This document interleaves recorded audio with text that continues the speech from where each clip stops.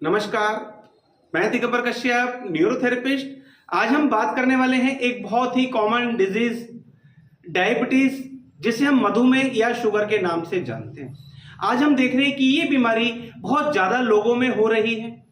हमारे देश की बहुत बड़ी आबादी आज इस रोग से पीड़ित है और इसे हम लाइफस्टाइल डिजीज मानते हैं, यानी कि शरीर के अंदर शुगर की मात्रा का बढ़ जाना, इसे ही हम डायबिटीज कहते हैं। और ये ब्लड से टेस्ट हो जाने वाले टेस्ट होता है, यानी कि केवल ब्लड के टेस्ट करने मात्र से हम ये पता लगा लेते हैं कि इस व्यक्ति को डायबिटीज है या नहीं। ग्लूकोमीटर के द्वारा हम इसे टेस्ट कर लेते हैं, या हम लेबोरेटरी में जाते हैं तो सिरिंज के द्वारा हमारा ब्लड लिया जाता है और कहा जाता है कि आपकी रिपोर्ट शाम तक आ जाएगी या अगले दिन आएगी, और उस आधार पर हमें यह पता चल जाता है, ये कंफर्म हो जाता है कि डायबिटीज है या नहीं।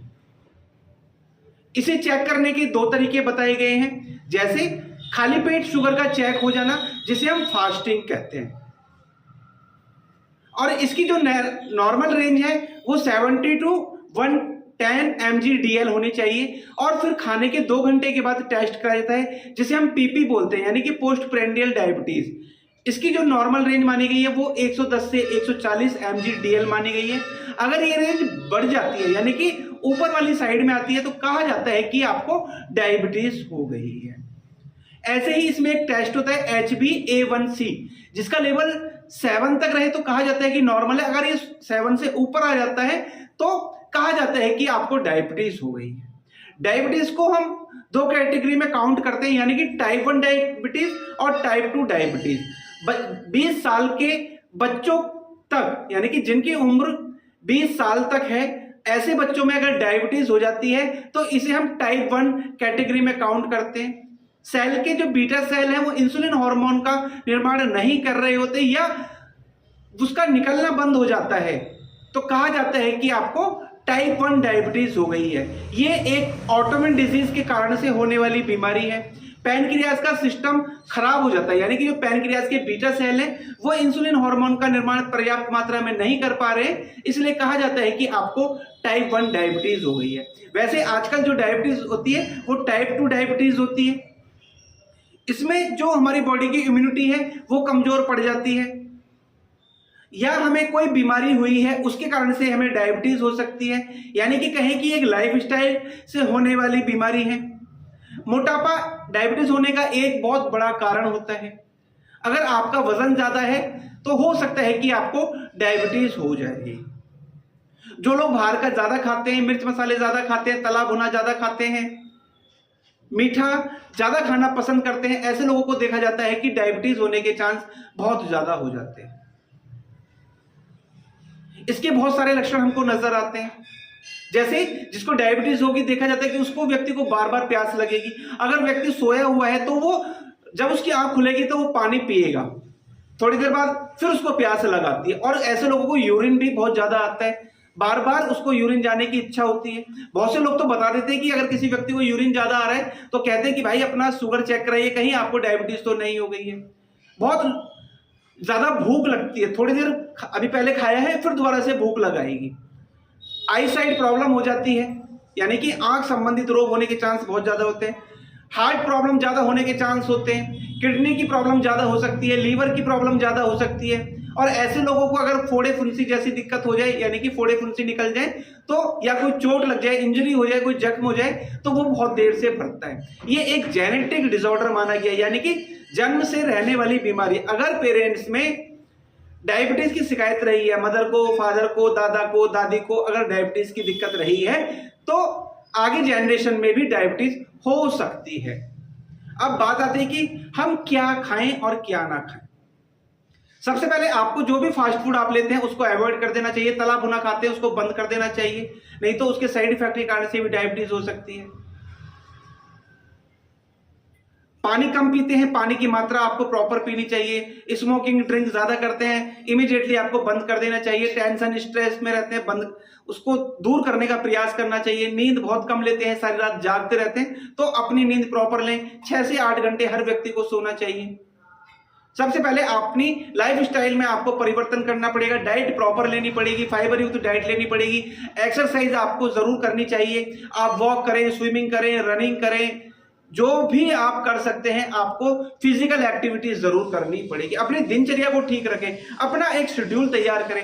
मुझे खाना है इतने बजे खाना है, मुझे नाश्ता इतने बजे करना है, मुझे इतने बजे सोना है, इतने घंटे की नींद लेनी है। अगर वजन ज्यादा है तो उसको कम करने का प्रयास आपको करना चाहिए, तो निश्चित ही आपकी डायबिटीज की समस्या हमेशा के लिए ठीक हो जाने वाली है। डायबिटीज में हम क्या ट्रीटमेंट करते हैं विदाउट मेडिसिन, आइए जानते हैं। डायबिटीज, मधुमेह, शुगर हो जाना, इसमें पैनक्रियाज के जो बीटा सेल है वो इंसुलिन नाम का हार्मोन नहीं बनाते।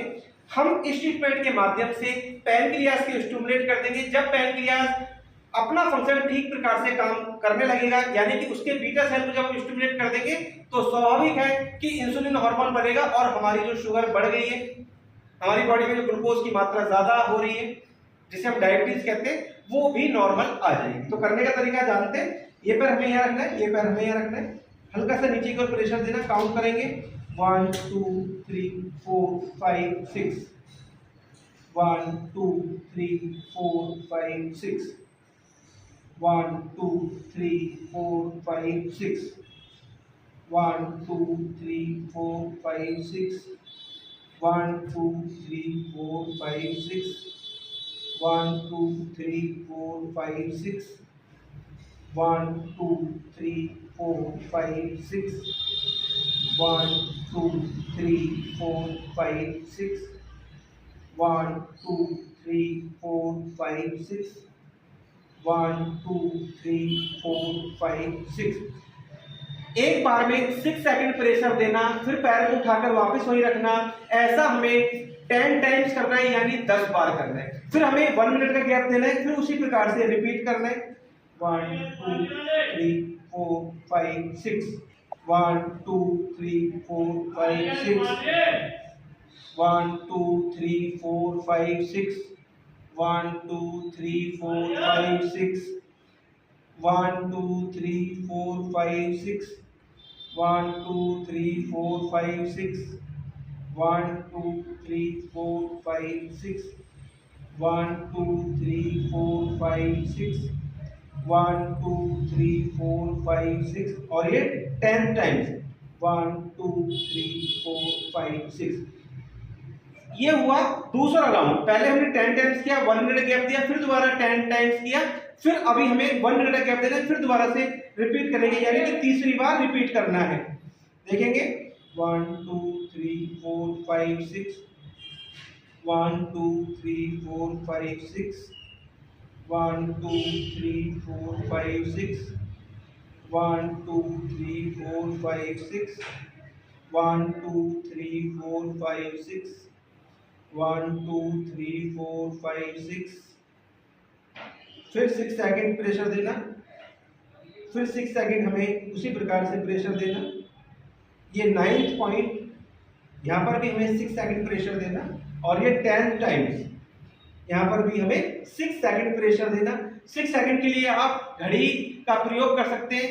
एक्यूरेट 6 सेकंड ही आपका प्रेशर आए, इसका ध्यान रखना है, यानी कि 1-1 मिनट गैप पर हमें 3 बार करना है। इससे हम पैनक्रियाज के फंक्शन को स्टिमुलेट कर देते हैं, जिससे इंसुलिन हार्मोन बॉडी में बने। फिर पेशेंट को उल्टा लेटाना, फिर पेशेंट को उल्टा लेटाना। ये सर्वाइकल की 7 मिनट वर्टिब्रा होती है। फिर यहाँ से T1 T2 T3 T4 T5 T6 T7 T8, लगभग T8 वर्टिब्रा है यहाँ पर आती है। यहाँ पर हमें स्पाइन का जो थोरैसिक वर्टिब्रा नंबर 8 है उस पर प्रेशर देना है। उसको हमें अपने हथेली से क्लॉकवाइज एंटी क्लॉकवाइज करना है। कुछ पेशेंट को यहाँ पर पेन होता है, लेकिन हल्के प्रेशर के साथ हमें करना है। जब हम ये पॉइंट्स भी दबाते हैं तो इससे भी पैनक्रियाज को हम स्टिमुलेट कर सकते हैं। तो ये ट्रीटमेंट हमने सीखा पैनक्रियाज के लिए, यानी कि जो पैनक्रियाज इंसुलिन हार्मोन नहीं बना रही है, जब पैनक्रियाज ठीक प्रकार से अपना वर्क करेगा, इंसुलिन हार्मोन बनने लगेगा, तो डायबिटीज भी नॉर्मल आ जाएगी। आप ट्राई करें और डायबिटीज चेक समय समय। दोस्तों, अभी आपने इस वीडियो के माध्यम से जाना डायबिटीज क्यों होती है, क्या डायबिटीज होने के कारण होते हैं, कैसे लक्षण हमको नजर आते हैं, साथ में एक ट्रीटमेंट आपने सीखा। बहुत इफेक्टिव ट्रीटमेंट है। आपका जो पैनक्रियाज ग्लैंड है, वो उसके जो बीटा सेल है वो इंसुलिन हार्मोन का निर्माण नहीं कर रहे होते, तो हमें डायबिटीज हो जाती है। आप ये ट्रीटमेंट रेगुलर बेसिस पर करेंगे तो आपका पैनक्रियाज का फंक्शन ठीक हो जाएगा। बीटा सेल जो इंसुलिन हार्मोन नहीं बना पा रहे हैं किसी कारणवश, बीटा सेल ठीक प्रकार से अपना वर्क करने लगेंगे और बॉडी के अंदर इंसुलिन पर्याप्त मात्रा में बनने लगेगा और आपकी डायबिटीज भी नॉर्मल आ जाएगी।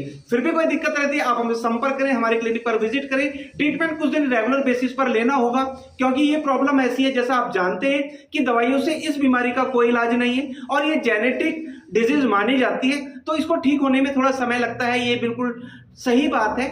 आप रेगुलर बेसिस पर ट्रीटमेंट लीजिए और आपकी ये प्रॉब्लम भी ठीक हो सकती है। दोस्तों उम्मीद करता हूं वीडियो आपके लिए बहुत इंफॉर्मेटिव होने वाली है। दोस्तों आप अगर हमारी वीडियो को पहली बार देख रहे हैं, हमारे चैनल को सब्सक्राइब जरूर करें, वीडियो को अधिक से अधिक शेयर करें, वीडियो को लाइक करना ना भूलें और बेल आइकन बटन जरूरी दबा लें, जिससे कि जो भी वीडियो हेल्प पर हम बनाए उसका नोटिफिकेशन टाइम टाइम आपको मिलता रहे।